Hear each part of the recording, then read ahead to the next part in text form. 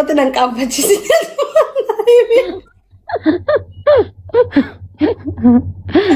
Ay Oromoo Buukjaa ambaasaadara dhaabbata kanaatti ibsan. Biyya kana nama fuudhee achi geessuu danda'a?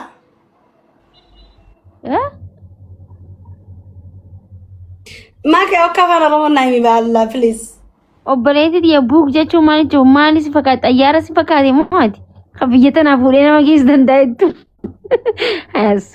Na dhaggeeffadhu kitaaba afaan Oromooti. Aappii dha maqaa aappii. Buuk jechuun kitaaba jechuun waynee. Sorry yaa Oromoo. Si akkaafadhe. Ati maal seeteeti? Buuk jennaan xayyaara si.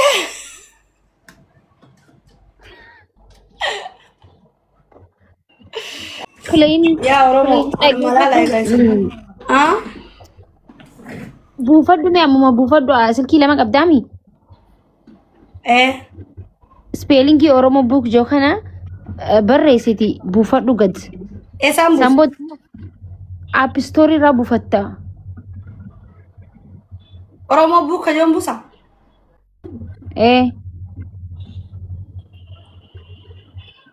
Meeqoo agar Play Store sanaan Play Store sun.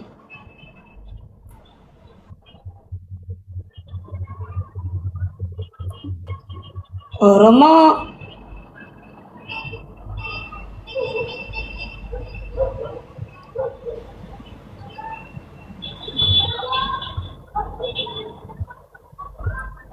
Guys hundi keessanuu buufadhaati just waa hedduu emaila namni waa hedduu sin gaafata sanammoo tartiibaan isin ibsina garuu buufadhaa hunda keessanuu. Eessan geessee noo buuse? Mee as qabi? Kanaami? Gabbu'eemi silkii kee keessatti? Silkiin iPhone tunis wayi nama gaafatti wooma tuqetti guyyaa kana guutuu 12 guyyaa. Wanti si gaafatti? Eda. Wanti si gaafatti miti guutu Apple ID si gaafatti. Password isaa email isaa si gaafata. Sanammoo guutii beekatti guutatti duraan itti.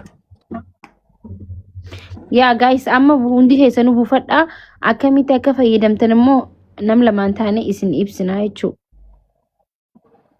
Emaila gaafata emaila hin banattan kaa buufadhaa hundi keessanuu. Itti emaila itti banattan maalirraa baranna okkee? Fakkeenyaaf akkuma wanti kuni wanti irraa barattan kitaabolee Oromoo kitaabolee addunyaa kana waan hunda abda gorsa namarraa barbaada. Asuma keessa waan barbaadee gabbufatee dubbisuu dandeessa. Akkasuma immoo still nama dubbisuu hin beekneef tokko nama immoo dubbisuun haalli itti mijjooneef sagaleen sii dubbisa. Sagaleerra kaayyatta earfoona godhattee hojii kee hojjetta. Seenaa Oromoo barachuu yoo barbaaddes waan barbaadee ifumaafuu appiin sagaleedhaa siif dubbisaa jechuudha. Tartiibaan. Apple Store ni beekanii ijoollee jala jirtan tana gaafatan. Apple Store appii kasan ka bakka deemtanii TikTok fi Imo itti sarchi gootanii buufatanii beekanii mi'acha deemtanii tuma. Oromoo book isuma barreeffama ibsaa gubbara guddicha itti barreeffatanii Oromoo book gootanii daayilot gootan. San booda email isin gaafata email itti galfattanii. Maki. Waan naa gaafadhu siin jeessan naa gaafattee waan sana asirratti hin dubbatiin hin naa gaafattee. Arkamee? No. Wallahi. Bakka tokko arkeen jira deemee sallaalu deemama. Rabbi bareedaa si haa godhu. Carree maakii. Na jala abate jechuun. Filtara xiyyanee laabatee. Filtara kana qofa jira. Filtarri hin jiru. Lubbu warri biyya tanaa hundi deemee bar biyya tanaa argitee? Warri biyya tanaa akka jirutti buqqee lafarraa maaltu maal teessa? Numa qofaa jira bar. Namni deemu jira akkamitti tuynu? Wallahi ji. Arabaakesh.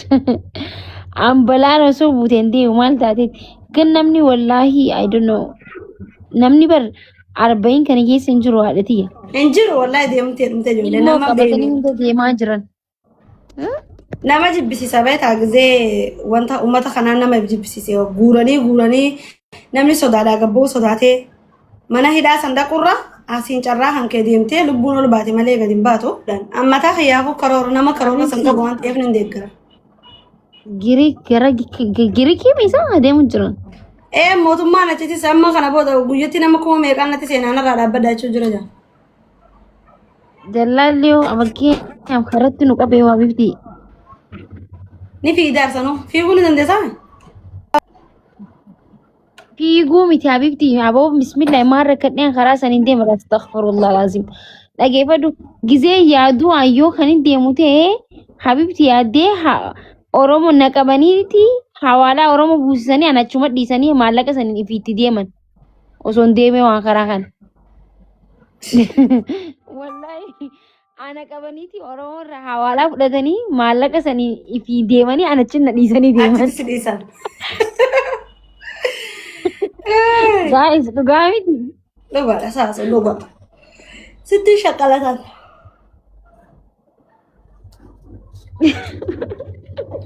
Haala faatee argitee. Har'aan qabnu yoo ni deemna jennee illee nuti. Haala faatee argiteerra. Ganaman laayivii gubbaa turte bar. Ergas hin deebine haga ammaan tana akka gabbaana jechuu turre miliixeerra rafaa jirti. Ganama seentee turte mi laayivii yaa ganama arkeen ture chaalenjii Ati hojjechiisaa maaliif gadi hin baane? hin deemin ara sulxaa maal godhaa deemaani ani qoosumaa jechuun jira malee maal goona Ala deemaa kee ala gabbayi. biyya keenya irratti deemnee hojjennu alhamdulillah rabbil alamin nama rabbi nuu kenni maal itti Ala deemi ala gabbayi. Ati maaliif gadi hin baatu? alamoo haadhati ya poolisii nama ari'aa jirti daaniisa Saayidaa shar deemnee nuti saayidaa shar deemnee sa'a talaataa galla. ansafaata akkanaa tanan fedhu warni beektaa Halgadda qaalicha karaa sababii sun. jala fiiguu tanan jaaladhu ani waan akkanaa tanan safaatuun fedhu Qaalichi karaa sababii sun karaa gubbara dhaabbatanii hogguu makiinaan itti nu geessudha. Bishaan lagaa taalee. Bishaan lagaa. amma barseera haaraa obba'u deema baati sadi booda Akkam. yoo inni cufamuu deemtiree biyya tanatti Hogguu yoo inni cufamtee hoo. mootummaa jala seenta jechuu shaararratti naa gabba'i wal tumnaa miibbaan nagar illam xallazamtee bulookiin galta akka warra duubaayitti Mootummaa jala seentaa mootummaan biyya kanaan nu jiraachisaaree nuti. nu jiraachisaa giseettu Akkamitti biyya yoo inni hin jirre kan ta'e nuti. akkamiin beektaa biyya tana keessa aslan yoo inni kas jiraachistu hanga waggaa 18 san booda yoo inni si jiraachisa moo yoo inni dhaan ispoonsara yoo inni deemuun dilasii miti bara amma hafee jira akka duraanitti miti. Yoo inni wanti yoo inni taatee as keessa deemti.